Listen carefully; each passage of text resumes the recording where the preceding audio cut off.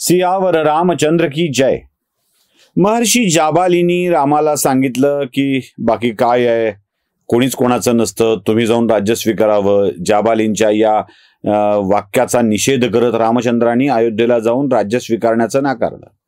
महर्षी वशिष्ठांनी रामाला सांगितलं की चला, सगळ्यात ज्येष्ठ पुत्रांनी केलंय, तुम्ही राज्य स्वीकारा। रामचंद्रांनी तेही नम्रपणे नाकारून वशिष्ठांनाच सूचना केली की भरताला घेऊन जा आणि त्याचा राज्यकारभार करा। आता भरत हे सगळं तिथं उभं राहून ऐकतोय, हात जोडून रामाला पुन्हा पुन्हा विनंती करतोय, चला तुमचं राज्य तुम्ही स्वीकारा, तुमचं राज्य तुम्ही स्वीकारा। पण रामचंद्र कोणाचंच ऐकायला तयार नाही। आता रामचंद्र ऐकतच नाहीत हे लक्षात आल्यावर भरतानं आपल्या भात्यातलं शेवटचं अस्त्र काढलंय। कारण प्रतिज्ञा करून आला होता, रामचंद्रांच्या ऐवजी मी वनवासाला जाईन, तरीही नाही जमलं त्यांच्या सोबत राहीन, पण मी माझं आयुष्य वनवासी माणसासारखंच घालवेन। तेव्हा भरत आता आपल्या मोठ्या भावासमोर बालहट्ट केल्यासारखा हट्ट करू लागलाय। बालहट्टच तो, कारण अजून लग्न झालं तरी तो आपल्या लहान भावासमोर लहानच आहे, मोठ्या भावासमोर लहानच आहे, आणि मोठ्या भावासमोर लहान भावानी हट्ट करणं हा बालहट्टच असतो की रागावलं तरी भागून जातं, काही खोडी केली तरी भागून जातं, चूक केली तरी भागून जातं। अशा स्वरूपाचा हट्ट आता भरत करू लागला। काय म्हणतोय, रामचंद्रा, मी तर संकल्प करून आलोय, एक तर तुम्हाला घेऊन जाऊन अयोध्येचं राज्य तुमच्या हवाली करीन। खरं तर मी राज्याभिषेक करण्याची पूर्ण तयारीच करून आलोय, तुम्हालाच राज्याभिषेक करायचा आहे, ती तयारीच पूर्ण करून आलोय। पण तुम्ही ऐकायला तयार नाही आहात, तर मी आता इथून वापसच जात नाही, इथेच बसतो, मला नाही यायचं वापस, मलाच नको अयोध्या। कारण रामचंद्राशिवायची अयोध्या मला बघवतच नाही। अयोध्येचे जे काही हाल झालेत ना तुमच्याशिवाय, ते बघून घ्या। अयोध्येतून प्राण निघून गेलाय असं वाटतंय। एखादा देह त्याच्यातला प्राण निघून गेला की निस्तेज पडतो, सडायला लागतो, तशी अवस्था अयोध्येची झाली आहे। रामचंद्रा, तुम्ही अयोध्येचा प्राण आहात आणि त्या निष्प्राण अयोध्येला घेऊन मी काय करू? मलाही नको ती अयोध्या। जसा लक्ष्मण तुमच्या सोबत आहेत, सीता तुमच्या सोबत आहेत, तसा मीही तुमच्या सोबत आहे। आता इथे धरणे देऊन बसतो, उठणारच नाही म्हणला चित्रकूटावरून। बस आता चित्रकूटावरून मीही परत जाणे नाही। काय बघा हो, किती निश्चय आहे भरताचा, याला म्हणायचं निश्चय। दीर्घकाळ सगळे समजावून सांगतायत, वशिष्ठ थकलेत, सगळे थकलेत, पण भरत ऐकायला तयार नाहीये। तो म्हणतोय मी जाणार नाही, धरणे देऊन बसलाय। रामचंद्रांनी हे सगळं बघितलं, आपल्या भावाचं प्रेम बघितलं, त्यांनाही थोडंसं हसू आलं असेल त्याचा हट्ट बघून, पण शेवटी या आपल्या हास्याला दाबून टाकत अत्यंत निग्रहानं रामचंद्रांनी भरताला सांगितलंय, भरता, तुझं माझ्यावर प्रेम आहे, मोठा भाऊ म्हणून तू माझा आदर करतोस, तर लक्षात ठेव, मी इक्ष्वाकू कुळातला राम आपल्या पित्याला शब्द देऊन 14 वर्षाचा वनवास भोगण्यासाठी निघालेलो आहे। मी माझ्या पित्याला हा शब्द दिला आहे की माझं राज्य मी भरताला देईन, ते तुला दिलेलं आहे। आणि आता मोठा भाऊ म्हणून मी तुला आज्ञा करतो की मी तुला दिलेलं राज्य तू सांभाळायला जायचं आहे, इथे तुला राहता येणार नाही, ही माझी आज्ञा म्हणून तुला पाळावी लागेल। आता अवघड झालं, सगळ्या तर्कावरचा हा रामबाण इलाज होता रामचंद्रांचा। राज्य माझं आहे, मी तुला दिलंय, ते सांभाळ, आणि हीच माझी आज्ञा आहे। झालं, आता काय करायचं? गप्प बसला, म्हणाला जातो परत।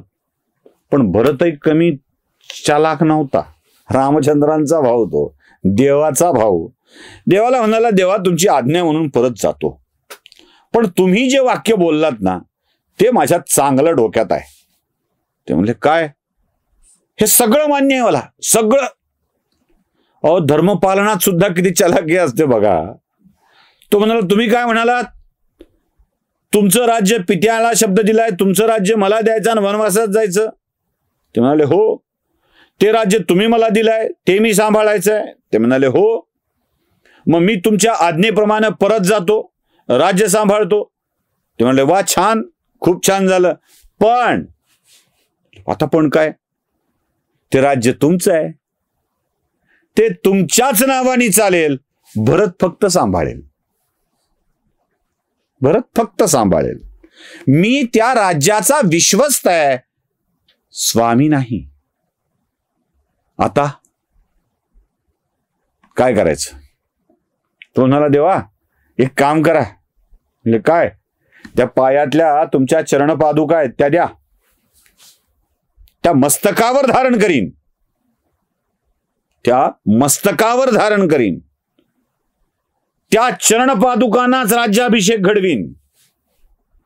आणि अयोध्येचं राज्य रामचंद्रांचं राज्य आहे म्हणून त्यांच्या नावानीच राज्यकारभार करीन. On behalf of president of India, on behalf of governor of Maharashtra. आलं लक्षात? तसं ऑन बिहाफ ऑफ रामचंद्रा, रामचंद्रांच्या नावाने आणि रामचंद्रांच्या वतीने मी राज्यकारभार चालवीन. मान्य आहे?